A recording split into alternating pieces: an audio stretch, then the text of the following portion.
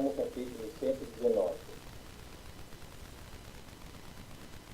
Bem-aventurados os irrepreensíveis no seu caminho, que andam na lei do Senhor. Bem-aventurados os que guardam as suas prescrições, que o buscam de todo o coração, não praticam iniquidade, e andam nos seus caminhos. Tu ordenaste os teus mandamentos, para que os cumpramos à risca. Oxalá sejam firmes minhas passos, para que observe os teus preceitos. Então não tereis de que me envergonhar, quando considerarem todos os teus mandamentos. Render-te-ei graças com integridade de coração, quando tiver aprendido os teus retos juízos. Cumprirei os teus decretos.